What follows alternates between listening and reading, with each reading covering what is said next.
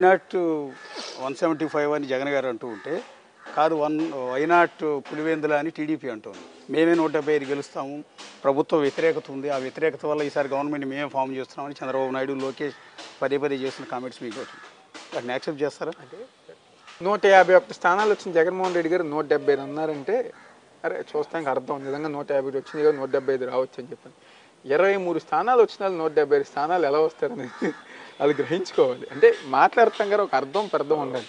మీరు కరెక్టే కదా. ఇప్పుడు 151 వచ్చిన వాళ్ళకి ఇంకొక 25 స్థానాలు ఫైట్ చేస్తాం పెద్ద, 23 స్థానాలు 25 స్థానాలు ఫైట్ చేస్తాం పెద్ద కష్టం కాదు. ఫైట్ చేస్తే వస్తాయి, రావచ్చు, అవకాశం ఉంది. 23 స్థానాలు వచ్చిన వారికి 175 రావాలంటే తల కింద తపస్సు చేసిన అవ్వని పని. కాబట్టి అంటే చంద్రబాబు నాయుడు గారు, లోకేష్ వీళ్ళందరూ గారు ఏదో మేము ఇలా మాట్లాడితే మా కార్యకర్తలు ఎందుకంటే అందరూ నీరసపడిపోయి ఉన్నారు.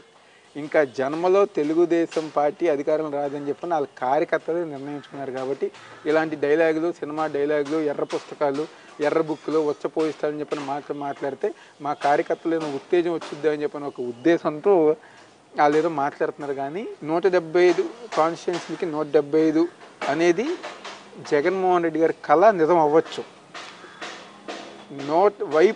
వైనాట్ పులివెందుల లేకపోతే 175కి 175 అని చెప్పి తెలుగుదేశం పార్టీ చెప్తే ఆ కళ కళగానే మిగిలిపోతుంది. ఇది నాన్నగారు ఉన్నప్పుడు ఉన్న ఇల్లు ఏదేనండి? ఇది పాత